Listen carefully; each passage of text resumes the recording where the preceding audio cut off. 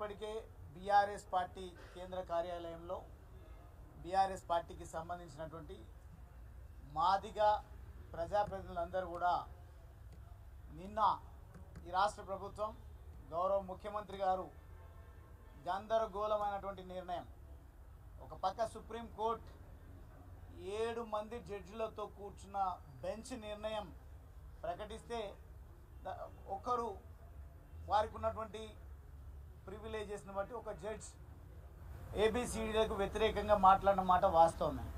కానీ ఈరోజు అసెంబ్లీ సాక్షిగా మా కులాల మధ్య చిచ్చు రగిలించేటువంటి ప్రయత్నాన్ని ముఖ్యమంత్రి చేసినట్టుగా చాలా స్పష్టంగా అర్థమైంది. ముఖ్యంగా మా డిమాండ్ కానీ ఎంఆర్పిఎస్ డిమాండ్ కానీ మొదటి నుండి ఏబిసిడి కేటగరైజేషన్ జరగాలి అనేది.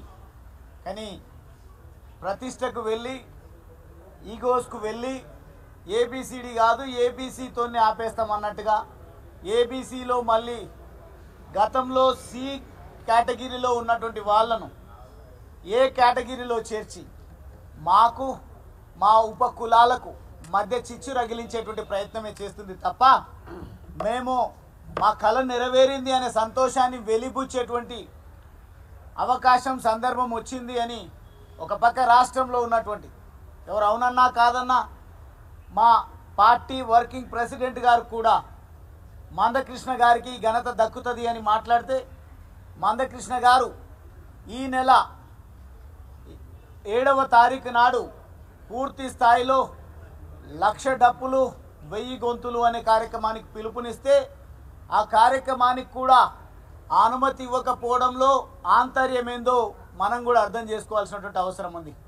ఒక్కసారి గనక మాదిగ సామాజిక వర్గం హైదరాబాదును చుట్టుముట్టింది అంటే ఆపే శక్తి ఈ ప్రభుత్వానికి లేదు అనే ఒక నిస్సహాయ స్థితిలో అనుమతించకుండా ఈరోజు మందకృష్ణ తలపెట్టినటువంటి కార్యక్రమాన్ని వాయిదా వేసుకునేటువంటి అవకాశం కల్పించింది.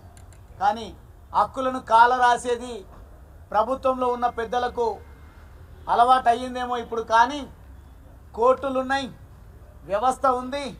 ఖచ్చితంగా మా హక్కులను కాలరాసే ప్రయత్నం ఎవరు చేసినా, మా శక్తిని ప్రదర్శించేటువంటి సందర్భం వచ్చినప్పుడు మా శక్తిని విచ్ఛిన్నం చేసే ప్రయత్నం ఎవరు చేసినా ఖచ్చితంగా ఎట్లయితే తెలంగాణ రాష్ట్ర సాధన ఉద్యమానికి సబ్బండ వర్గాలు చేయూతనిచ్చి ఏకతాటిపైకి వచ్చి 60 సంవత్సరాల కళను నెరవేర్చుకోవడం కోసం తెలంగాణ సంఘటిత శక్తిని ప్రదర్శించడం జరిగిందో అదే పద్ధతిలో ఏబిసిడి కేటగరైజేషన్ కోసం 30 సంవత్సరాలుగా జరుగుతున్నటువంటి ఈ పోరాటానికి మళ్ళీ ఒకసారి ఆలోచించేటువంటి పరిస్థితిని నెలకొల్పినరు ముఖ్యమంత్రి గారు.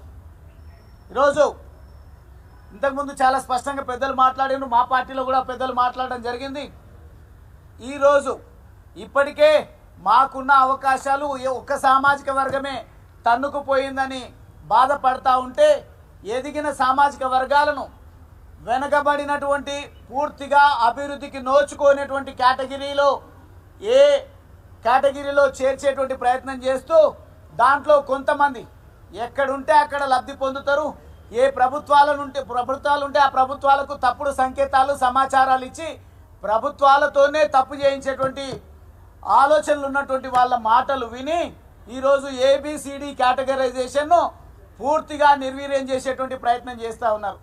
కానీ ఇప్పటి వరకు ఒక చట్టం లేకపోయి ఉండొచ్చు. ఎట్లయితే ఆర్టికల్ 3లో ప్రత్యేక రాష్ట్ర ఏర్పాటు కోసం భారత రాజ్యాంగంలో ఆర్టికల్ 3 పొందుపరిచిండ్రో అటువంటి పరిస్థితి ఏబిసిడి కేటగరైజేషన్ కోసం రాజ్యాంగంలో లేకపోయినందుకే ఇంత సుదీర్ఘ కాలం పోరాటం చేయాల్సి వచ్చింది.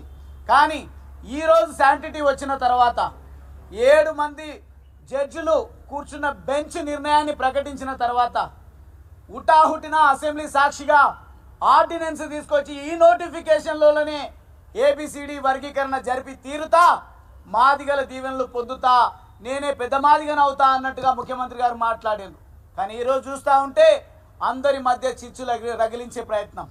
ఒక పక్క ఏమనుకుంటారు, ఏ కేటగిరీలో ఉన్నటువంటి వెనకబడిన తరగతులు మాకు లబ్ధి చేకూరిందని సంతోషపడతా ఉంటే ఇంకో పక్క పూర్తి స్థాయిలో వారి ఆంతర్యాన్ని ఇట్లా అర్థం చేసుకుంటే ఎదిగిన కులాలు వచ్చి మళ్ళీ ఏ కేటగిరీలో చేరడం జరిగింది.